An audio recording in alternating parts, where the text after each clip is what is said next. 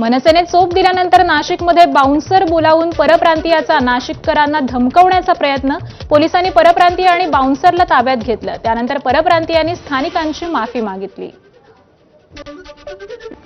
यवतमाळच्या आर्णीमधील ब्राह्मणवाडा इथं भर पावसामध्ये पुराच्या पाण्यातून न्यावी लागली अंत्ययात्रा. नाल्यावरील उंच पुलासाठी प्रशासनाकडे प्रस्ताव. रत्नागिरीच्या संगमेश्वरमधील गड नदीला पूर. मागजण बाजारपेठेमध्ये शिरलं पुराचं पाणी. कासे, कळंबुशी, वडेरू, नायशी या भागात शेती 24 तासांहून अधिक काळ पाण्याखाली. नांदेड जिल्ह्यातल्या उमरीचे तहसीलदार प्रशांत थोरात यांचं निलंबन. खुर्चीवर बसून अंगविक्षेप करत गाणं गायल्यामुळे बावनकुळेंच्या महसूल विभागाकडून निलंबनाची कारवाई. 8 ऑगस्ट रोजी थोरातांच्या बदलीनिमित्त निरोपाच्या कार्यक्रमातला प्रकार. व्हिडिओ सोशल मीडियावर व्हायरल झाल्यानंतर कारवाई.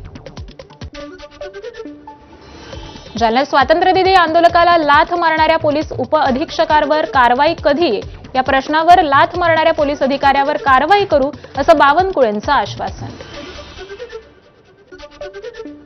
परभणीच्या गंगाखेडमध्ये टाकळवाडी गावाच्या नागरिकांचं रस्त्यासाठी अनोखं आंदोलन. चिखलमय रस्त्यामध्ये अर्धनग्न होऊन केलं लोटांगण आंदोलन. अवघ्या 1.5 किलोमीटरच्या खराब रस्त्यामुळे गावकऱ्यांचे हाल.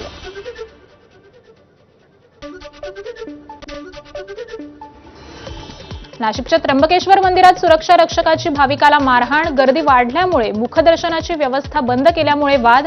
तर भाविकांनी मंदिराचा दरवाजा तोडण्याचा प्रयत्न केल्यानं मारहाण केली. देवस्थान ट्रस्टचा खुलासा.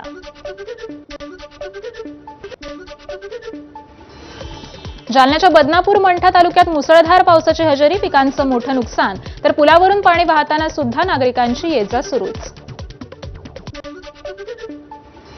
चिपळूणमध्ये वशिष्ठी नदीच्या पाणी पातळीत वाढ. सखल भागांमध्ये पाणी साचल्यामुळे नागरिकांना सतर्कतेच्या सूचना. गेल्या 2 दिवसापासून सुरू असलेल्या मुसळधार पावसानं नांदेड जिल्ह्यात नदी नाल्यांना पूर. पैनगंगा नदीला आलेल्या पुरानं सहस्रकुंड धबधब्यानं रौद्र रूप धारण केलंय. चिपळूणच्या डीबीजे महाविद्यालय परिसरात मुसळधार पावसानं मुंबई गोवा महामार्गाला नदीचं स्वरूप. डोंगरातून येणाऱ्या गटाराचं पाणी थेट महामार्गावर येत असल्यामुळे महामार्ग पाण्याखाली.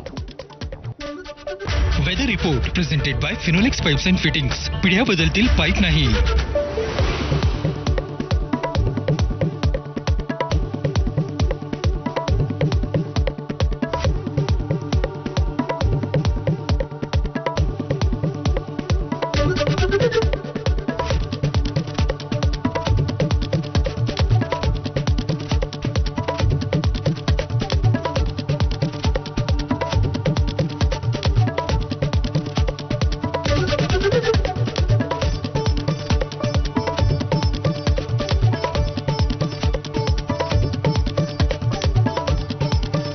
माझा उघडा डोळे बघा नीट 100%